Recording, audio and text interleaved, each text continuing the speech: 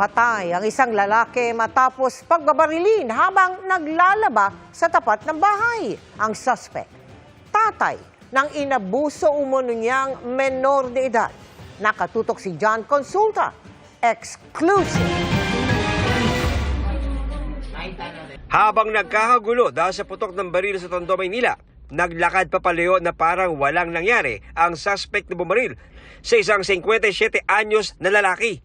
2 tama ng bala ang tinamo ng biktima na noong mga oras na yon ay naglalaba sa tapat ng kanyang bahay. Binaril siya ng malapitan habang siya'y nakatalikod 2 beses na kaagad niyang kinamatay. Yes, sa kamag-anak niya itong naging biktima niya. Nagawa niya ito, nung tinanong natin, nagawa niya ito dahil hinalay o nirape nitong biktima yung kanyang anak. Sa follow-up operation ng Manila Police District, nadakip ang 42 anyos na suspect na isang gwardya. Ayon sa PNP, labis na ikinagalit ang suspect nang malaman na inaabuso ng lalaki ang kanyang 15 anyos na anak sa loob ng 1 taon sa tuwing ito'y magpapamasahe. Pero nang malamang di pwedeng agad damputin ang lalaki, na inaakusahan dahil nung 1 taon pa ito nangyari at kailangan pa magsampa ng kaso sa korte para mapanagot ito. Doon na umano niya naisip na patayin na lang ang lalaki na kanya palang kamag-anak.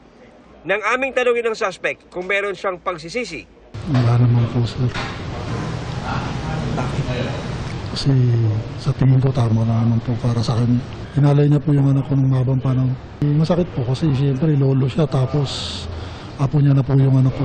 Para sa GMA Integrated News, John Consulta, nakatutok 24 oras.